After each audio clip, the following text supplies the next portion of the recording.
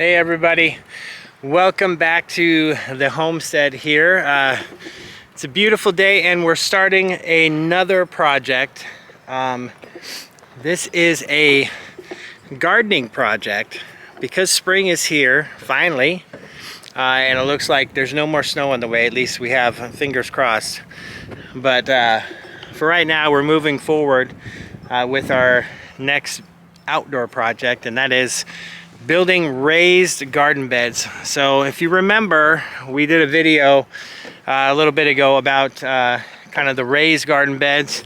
You can probably see it down there. It's the one unpainted one right there. But anyway, those were like a 3x6 garden bed, and they're about, I would say about just under 2 feet tall. These ones, we're going back to the tried and true fence pickets. Those seem to work pretty well with for making garden beds, and of course right now we're in the process of staining them so that they will be kind of weather resistant here. But as of this recording or making this video, Lowe's has these fence pickets. We were able to pick them up for $1.48 a piece. Now, I do believe that price ends May 1st, but that is an online price. If you go into the store directly, you will get charged the regular price of $2.18, but it is a savings of 70 cents. So for us, we've calculated these fence pickets are about 5/8 thick, 5.5 inches wide, and about 6 feet long. But once you cut off the dog ears, you're losing an inch, so it basically comes out to be about 71 inches long. So essentially 6 feet. But basically these are going to be 3, and we're going to do 2 fence pickets long on these beds. So these are going to be 3x12 beds, and they're going to kind of go down in the area over here. But these 3x12 beds are going to be about a little over 11 inches tall. So they're not very tall, but they're deep enough to where we can definitely plant vegetables and different plants in there and crops, and while maximizing the material usage here. So we figure each one of these beds is going to take 10 fence pickets. So if you kind of do the math on that, that's about $15 a bed, and then what takes one 2x4 for all the support bracing. So the 2x4 was like $3. Yeah, the 2x4s were like $3.73, so about $4. So basically these beds can be made for about 20 bucks when all said and done. So really inexpensive for a 3x12 bed. You know, we can do a lot of these, and that's the idea for this project. You know, as you can see, we picked up 250 fence pickets, and that allows us to make 25 of these garden beds. So it'd be a significant increase in the amount of plants we can plant, things we can grow for this year. And because that was one of our goals. I'm sure we've talked about it in other videos, is one of the goals this year is to kind of pull back on some other things so we can really excel in the things that we are wanting to, and one of those was the garden area and being able to produce more food, preserve more food, can more food, so that we have a much larger supply to make it through the winter months when we're not able to be out here growing stuff. So as you can see, Annie, you're doing a great job. Well, we're staining these, so fence pickets are pressure treated, and you do not want pressure treated wood lumber in your garden. So we found out that if you stain it, and with a stain and a sealant, so it has to be both, not just stain, a stain and sealant, you actually will keep any of those chemicals in the pressure treated process from leaching out into your garden. And then your fence pickets will last much longer than if they were not pressure treated. If they weren't pressure treated, we would only get a few years out of this, but because they are pressure treated, we could get many years out of this. So compared, so I think for the savings that you get through doing your gardening this way is astronomical. And this puts distance between the grocery store and us. I mean, just the other day I went to the market and I picked up stuff for a couple dinners, like 3 dinners. Cost me over $200, and that's like, I have most of my own meat. That was just like produce and stuff like that. So this is a must these days and days. Oh, Charlie, no. That's a scrap piece. Oh, okay. Anyway, back at it. I'm staining. Well, and we're kind of going through, Where's Jessica? and we've got these set up because we're just kind of filming really quick here to kind of go over what we're doing, just because you can probably hear on the video that the wind is blowing probably about 20 to 25 miles an hour pretty steadily, and so we're running into issues with the paint tray blowing off, and we had to get some more because it blew over onto the stack of wood, and so there are some boards that have been partially stained by Mother Nature. And so we're gonna go ahead and get those finished up real quick, and then Gloria is just finishing these other ones, painting the edges of the boards, and then these ones, the ones here, so here, and then over there, all of those have had their first coat, and we're only doing one coat. Yeah. One coat on these, just because it really doesn't need a double coat, and the stain is actually semi-transparent. So if we did 2 coats, I think we'd lose the effect of that semi-transparentness, because it is a very dark color. So one coat is going to allow at least some of that natural wood grain to kind of show through a little bit, and that's what we want. But the effects of it is just to keep the pressure treated chemicals from getting out, and to preserve our garden beds, to make them last longer. So we're going to keep going on this. I'm sure we'll provide a little bit of details once we start putting some of these together, as far as, you know, if you guys want to do this at home, and you want to know how we went about doing it, and kind of the different cuts and measurements. It's pretty simple. We can go through that. Like I said, it takes 12 or 10 fence pickets and 1 2x4 to really do this. Now, I might add some more 2x4 to this if I feel it needs the stability. Kind of, if you look at the fence pickets here, you'd have one on the corner, and then there wouldn't be another one until we join here at the end. So there would be almost a 6-foot span on there, and I'm wondering if we need another one kind of in the middle there to aid in support, but we'll have to see once we start putting it together. Other than that, it's just like I said, 10 pickets and a 2x4, and the way the 2x4 dimensions work out, you can get 6 10-inch pieces and then 2 18-inch pieces, which I'll kind of show you here. So one corner is going to have one of these, going to have 2 of these longer pieces, 18 inches long. And basically what we're going to do with that is that allows that one piece that's much taller, we can put a little solar cap light on the top of that, kind of like on top, like for fence posts.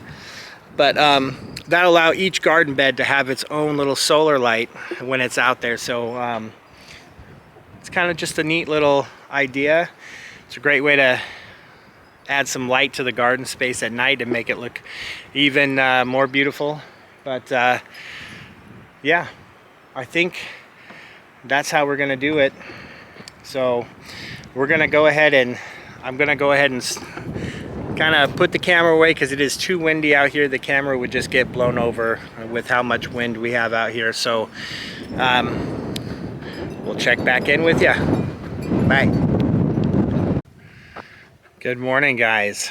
Well, it is a beautiful morning here, and it was even more exciting because we have a delivery of soil for all of these garden beds that we're going to be making. So right over there you can see deliveries coming in, and we'll be able to put in a bunch of soil over here for these garden beds.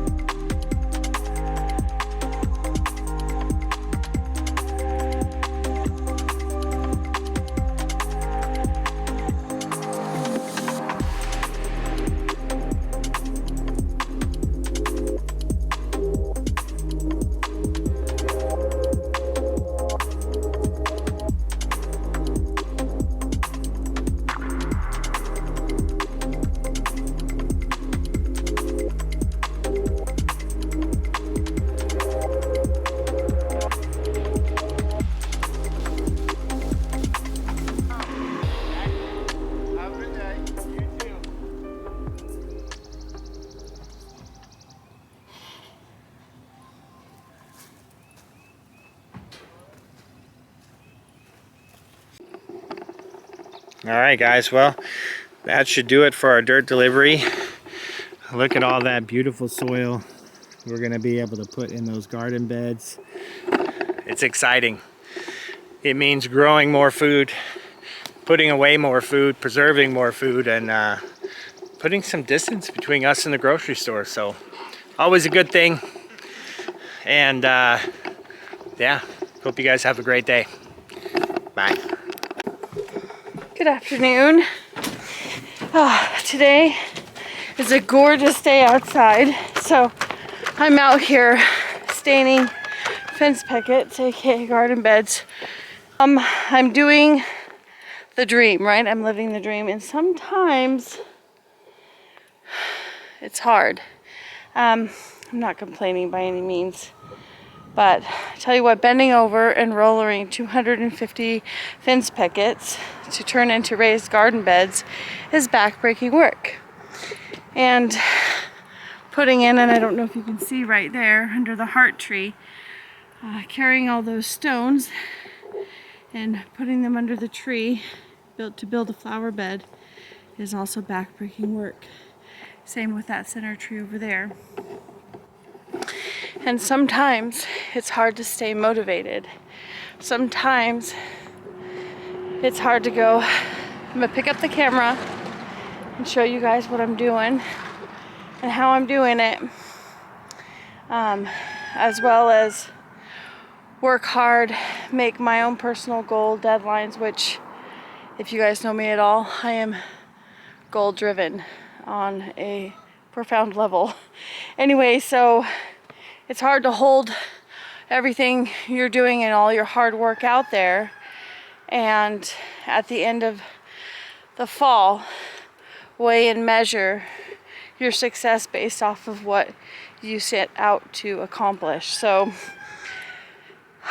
I need to remember that I'm the one that sets my own goals. I'm the one that sets my own timeline, and I'm the one that can set myself free from all those expectations. So today I'm picking up my camera because I thought maybe I'm not the only one that's like this, and share that with you and show you where I'm at with my fence pickets for my raised garden beds. So basically I go up the side first with the roller. I hit the flat edge. The ear tops have a rounded part because it's a fence picket. Those will be cut off and the end will be sealed. So I have a bunch that I've already done here. These I just have to flip over and roll the second side. And I'm in the process of doing the sides of this pallet right here and stuff. So I'll finish those sides out, get the flat edge, roller them out, and I'll move over to this pallet, then this one, and then this one. And then I'll go back to the beginning, which is here, flip these over because they're almost dry, roller the second side, and those, once they're dry, will be moved over to the completed pallet stack or the completed fence picket stack, where Edward will then probably at some point tomorrow while I'm gone cut all the ears off and start assembling. So the other thing is Max and Unity, we get a lot of our stuff from them. They're fabulous. They dropped off 6 yards of soil for raised garden bed and manure, and we'll start filling up those. That might be enough for maybe 4 or 5 raised beds with a little extra to fill in this garden area here. So next weekend I will be getting more soil. So this is going to be where, you know, we spend the money on this. I'll also have to buy another 5-gallon bucket of stain, which we don't have factored into the cost of everything, but truly they might come out around $30 a bed with all the costs and stuff like that, not to fill them but just to make them. Maybe even less just to make them. It's up to you if you want to stain and seal, which I recommend you do. Really, they're low cost for the food that they're going to provide our family and our friends this harvest. So anyway, enough of that gipping, gabbing, and dilly-dallying.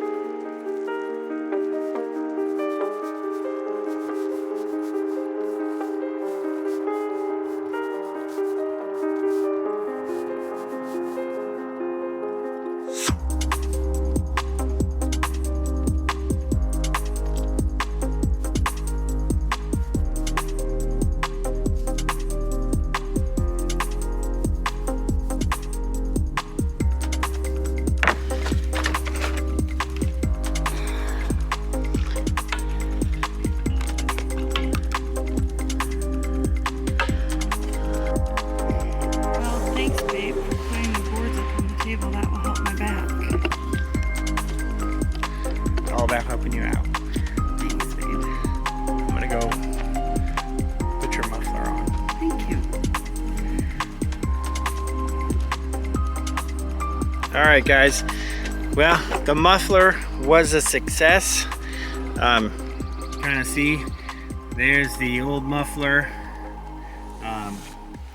that I cut out. Had cut a little bit off the new muffler just to get it to fit, but yeah, you can see kind of how rusted that was. And right there, that's where it initially rusted off. That caused it to fall down on the ground while she was driving. So I'll see if I could get you guys a picture or a view under here. So there is the new piece, and it goes all the way back there to where it's all clamped together up there. It was a little bit of work, but not too terrible. Just like I said, just grinding some new pieces or cutting pieces to length and getting it to fit, and then you know, getting it clamped all together. So the car sounds a lot quieter now that the exhaust is back on there properly. So yeah, that was a good thing. Glad it's fixed. She now has a car that she can actually drive around. She can use her car again. So far, replaced most of the airbags on the inside, put a new backup camera on, changed the brakes on the front and the rotors, and yeah, and then put the exhaust on there. So her car is kind of getting a little bit of a makeover a little bit. So it should be really nice for her to drive, which I'm happy about, because I want her to feel safe driving her car and not feel like she has to worry about what's going to fall off next. That's not any fun. So yeah, it was a good success. So she's got her car back. That's a good thing, and glad it went. It wasn't too bad of a job. So it's always fun to learn something new that I can do, or you know, to take on a project that's new. Sometimes it's a little intimidating, but this wasn't too bad. So I'm happy with it. And so guys, thanks for following along. We really enjoy all the interaction we get with you guys in the comment section, and just yeah, all the different words of encouragement that you guys leave in the comments, and we just are so grateful for all of it. So until next time, we'll catch you on the next one. Bye.